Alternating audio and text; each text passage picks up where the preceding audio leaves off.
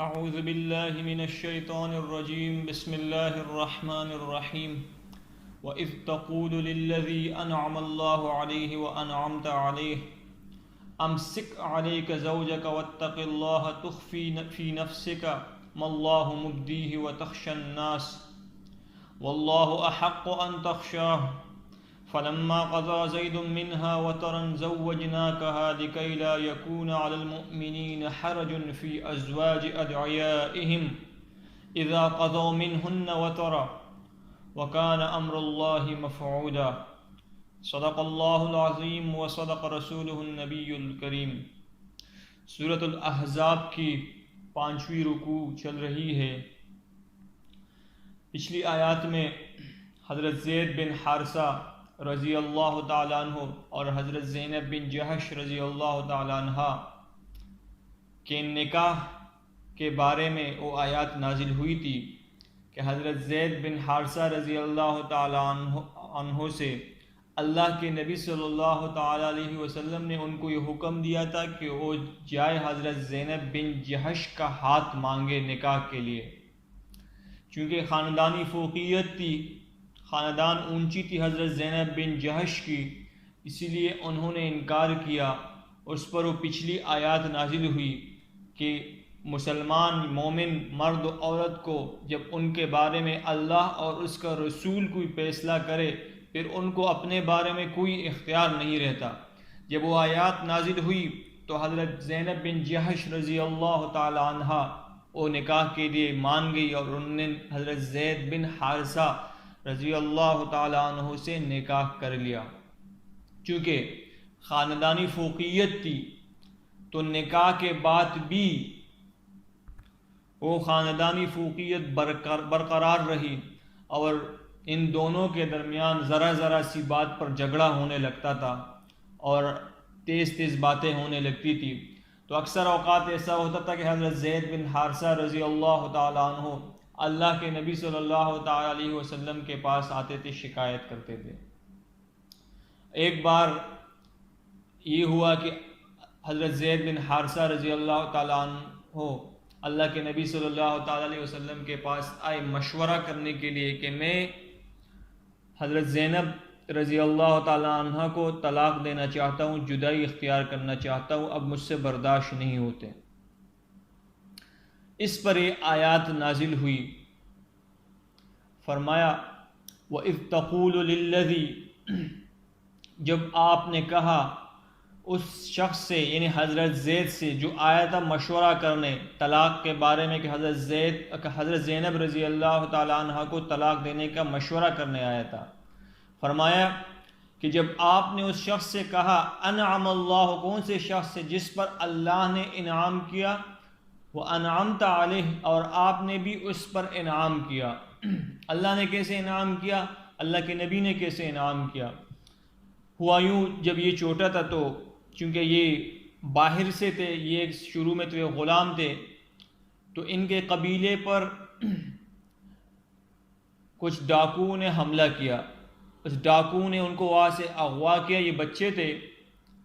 اور ان کو غلام بنا دیا اور لا کے مکہ میں بیچ دیا۔ مکہ میں جب یہ بکا تو ایک شخص نے اس کو خریدا، چونکہ حضرت خدیجہ رضی اللہ تعالی عنہ کے وہ رشتہ دار تھے، تو انہوں نے حضرت خدیجہ رضی اللہ تعالی عنہ کو یہ غلام ان حضرت زید بن حارثہ ہبہ کر دیا، اور پھر حضرت خدیجہ رضی اللہ تعالی عنہ نے اللہ کے نبی صلی اللہ تعالی علیہ وسلم کو یہ ہبہ کر دیا، یعنی حضرت زید بن حارثہ کو ہبہ کر دیا اللہ کے نبی کو۔ اللہ کے نبی صلی اللہ تعالی علیہ وسلم نے ان کو قبول کیا۔ جب حضرت زید بن حارثہ کے والد کو پتہ چلا تو وہ اپنے شہر سے آئے مکہ اس کو لے جانے کے لیے اپنے ساتھ، چونکہ ان کا بیٹا تھا، اس کو اغوا کر لیا گیا تھا اور پھر غلام بنا کر بھیجا گیا تھا، تو اس کو اپنے ساتھ لینے کے لیے آئے۔ تو چونکہ اس وقت تک اللہ کے نبی صلی اللہ تعالی وسلم نے نبوت کا دعویٰ نہیں کیا تھا، یعنی بعثت نبوت نہیں ہوئی تھی، تو حضرت زید بن حارثہ رضی اللہ تعالیٰ عنہ نے انکار کر دیا اپنے والد کے ساتھ، اپنے چاچا کے ساتھ جانے سے۔ جب انہوں نے انکار کیا تو اس کے باپ، اس کے چچا بھی چلے گئے۔ اس کے بعد اللہ کے نبی نے ان کو اپنا منہ بولا بیٹا بنا دیا، اور یہ پورے مکے میں یہ اعلان کر دیا کہ آج کے بعد یہ میرا منہ بولا بیٹا ہے۔ تو دور جاہلیت میں یہ رسم تھی کہ منہ بولے بیٹے کو ہر حق دیا جاتا تھا جو اپنے سگے بیٹے کو دیا جاتا ہے۔ تو اس سورت کے شروع کے آیات میں یہ آیا تھا کہ وہ منہ بولے بیٹے جو ہیں وہ آپ کے اپنے بیٹے نہیں ہیں، ان کو اپنے باپ کی طرف نسبت کر کے پکارو، ان کا کوئی وراثت میں آپ کے ساتھ کوئی حق نہیں ہے۔ آپ نے ان کو اگر منہ بولا بیٹا کہہ دیا، اس کو بھی اللہ نے منع کر دیا کہ اس کو منہ بولا بیٹا نہیں کہو۔ صحابہ کرام رضی اللہ تعالیٰ عنہ اجمعین جب وہ آیات نازل ہوئی، حضرت زید بن حارثہ رضی اللہ تعالیٰ عنہ کو پھر اس اللہ کے نبی کی طرف نسبت کر کے نہیں پکارتے تھے، بلکہ اس کے باپ کی طرف نسبت کر کے پکارتے تھے۔ تو جب اللہ کے نبی صلی اللہ تعالیٰ علیہ وسلم نے دعوی نبوت کیا تو ان 4 اشخاص میں سے یہ بھی ایک تھے، ان غلاموں میں سے سب سے پہلے انسان یہی ہے، پہلے غلام یہی تھے جنہوں نے ایمان لایا اللہ کے نبی پہ۔ ایک تو یہ احسان ہو گیا کہ ایمان لائے، اللہ کا احسان۔ اللہ کے نبی نے اس کو اپنا منہ بولا بیٹا بنایا، اپنی پھپھی ذات جو پھپھی کی بیٹی تھی اس کے ساتھ اس کا نکاح کرایا، ایک اور احسان۔ یعنی اللہ کے نبی اور اللہ کے بہت سارے احسانات تھے۔ تو وہی کہہ رہے ہیں کہ وَإِذْ تَقُولُ لِلَّذِي، جب آپ نے کہا اے نبی صلی اللہ علیہ وسلم، جب آپ نے اس شخص سے کہا جس پر اللہ نے انعام کیا، وَأَنْعَمْتَ عَلَيْهِ، اور آپ نے بھی اس پر انعام کیا، امسک علیک زوجک، کہ اپنے پاس رکھو اپنی بیوی کو، اس کو جدا نہ کرو، اس کو طلاق نہ دو، واتق اللہ، اور اللہ سے ڈرتے رہو، وتخفی فی نفسک ما اللہ مبدیہ وتخشى الناس، اور اے نبی صلی اللہ تعالی علیہ وسلم آپ اپنے دل میں وہ بات چھپاتے تھے، ما اللہ مبدیہ، ایسی بات جس کو اللہ ظاہر کرنے والا تھا، وتخشى الناس، اور آپ اس بات کو ظاہر کرنے سے ڈرتے تھے لوگوں سے کہ لوگ کیا کہیں گے، واللہ احق ان تخشى، اور اللہ تعالیٰ زیادہ حقدار ہے کہ آپ اس سے ڈرے۔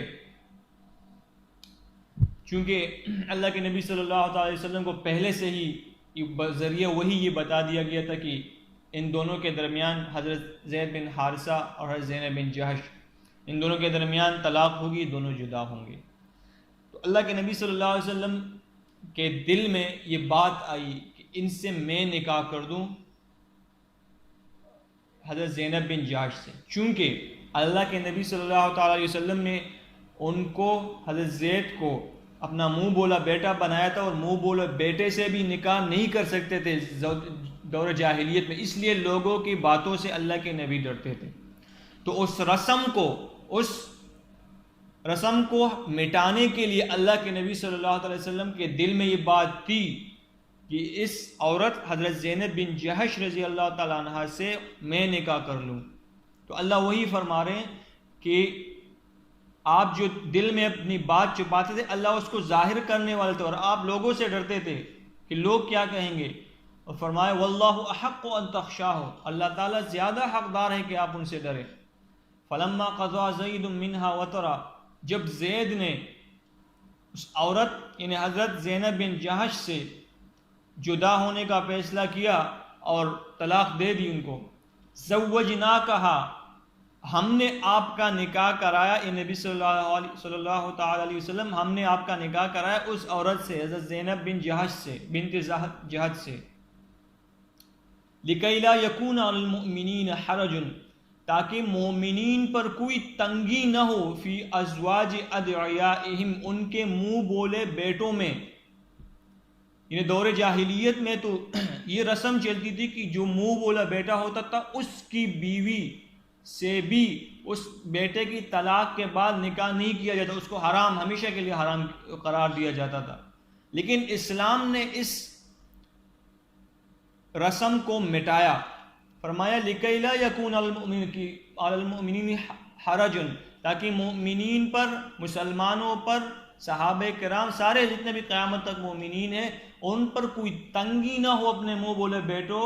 کے بارے میں. جب وہ منہ بولے بیٹے اس عورت سے جو اس کی بیوی ہے اس سے طلاق لے لیں، اس سے جدا ہو جائے تو پھر نکاح کر سکتے ہیں. وَكَانَ أَمْرُ اللَّهِ مَفْعُولًا، اس پر عمل تو ہو کر رہنا تھا. یعنی جو منہ بولے بیٹے تھے ان سے نکاح کرنے کے بارے میں، چونکہ حضرت زید بن حارثہ رضی اللہ تعالیٰ عنہ اللہ کے نبی کے منہ بولے بیٹے تھے، تو اس کے بارے میں اللہ تعالیٰ نے ان کا، اللہ کے نبی کا نکاح حضرت زینب بنت جہش سے کرایا، اور یہ نکاح اللہ تعالیٰ نے خود کرایا ہے. اس بارے میں فرما رہے ہیں کہ اس پر عمل تو ہو کر ہی رہنا تھا. تقبل اللہ منی.